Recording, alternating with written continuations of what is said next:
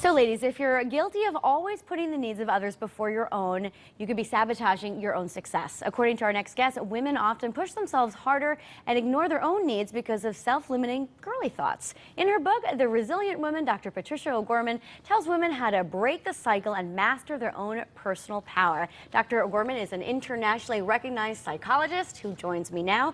Welcome to the show. It's nice to have you here. It's a pleasure being here. Thank you. So this is a new book. It's brand, right? It's brand new, not even a month, not quite a month. All right.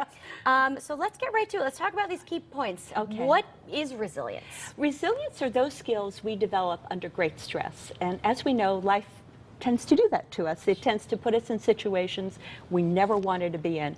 And how we deal with that, how we overcome that, is our resilience. It's not something you learn in a book. It's something you learn in life. So was this based on your own?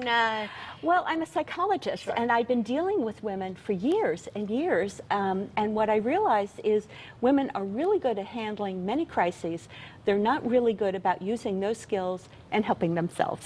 Sometimes you just run out of time, though. Is that well, something? it's a mindset, too. Okay. It's a mindset. It's a mindset about not consciously using what you know works for you.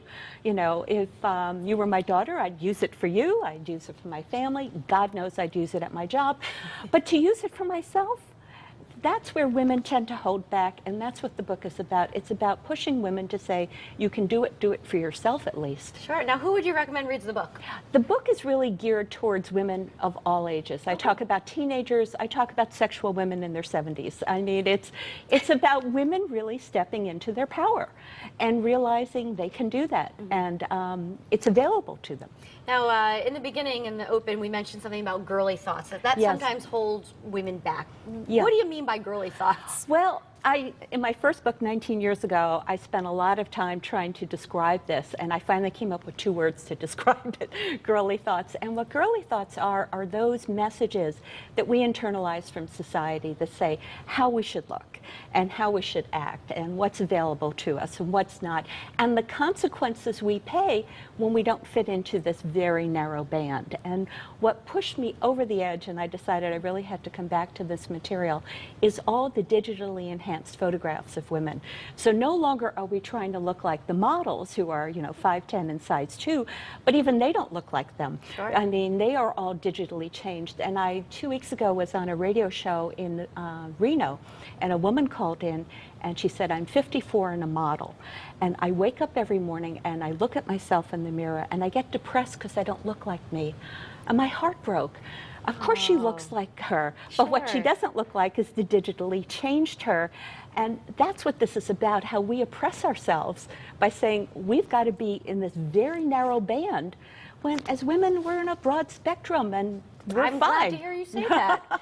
Well, then let's get to it. How do we get that personal power? You say the first thing you need to do is make your crisis meaningful. Well, people have said, why did you start with crisis? And my answer is because that gets women's attention. That's true. It did. Right? We don't know. We don't have time to sit back and ponder, what to do. But in a crisis, that has our attention. So if we're going to be in a crisis, learn from it. That way you don't have to repeat that particular crisis. All right. Learn from your mistakes, right? Yes. Uncover your hidden resilient voice. Yes, we all have in us many voices. Right now, anybody in your audience probably has their to-do list.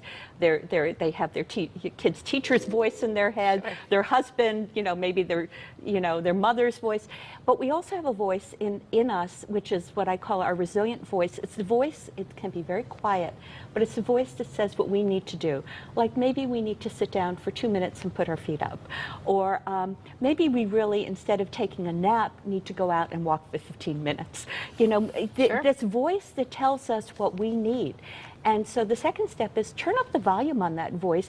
Begin to talk to you about you. Stop ignoring it, right? That's right. You got it. All right. Create helpful boundaries. Yes, and the key thing there is helpful boundaries, not healthy boundaries, because when we don't have good boundaries and we're in charge of our boundaries, we set ourselves up, and then we feel like a victim because we've been set up. So create helpful boundaries, what works for you, Sure. so therefore you are in control. Makes sense. And it says here, number 4, to protect your heart. Yes, love resiliently. I just spent a week in Las Vegas speaking and being interviewed, and I decided that women tend to love like they gamble. They throw it all on the table. It's all or nothing, huh? It's all or nothing. And we can learn from men, because men tend to hold a little back, and we need to hold a little back. It just can't be, I love you, you're now in control of me. It's like, I love you and I love me too. You know, there should be room for two people in any relationship. Yes. All right, step 5, become strong in your hurt places.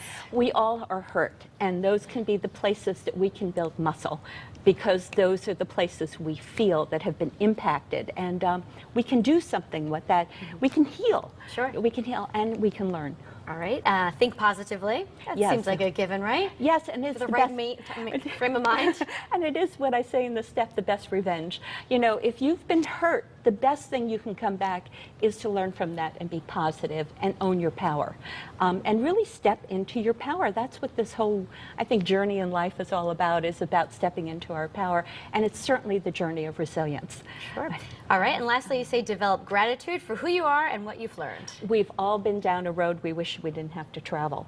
And there are lessons there and messages there, and we can develop gratitude for the fact that that is the journey we have taken, and it has made us who we are. It's made me who I am today, and who you are today, and who the people in the audience are, and there are things to be grateful for in there. Sure. And when we're grateful, we stop beating ourselves up so much for them. Sounds good. Where can we find your book, Doctor? Yeah, it's online. It's in your everywhere. local bookstore. It's totally out. All right, and so far so good. You've Oh gotten my great God, feedback? it's been great. It's been right. great, and here I am with you, and that's positive. I've thoroughly enjoyed the interview, Doctor. The name of the book again is The Resilient Woman. Thank you so much. All right, up next, we'll give you a preview to the Connecticut Historical Society's Community Cook-Off when style returns. Don't go anywhere.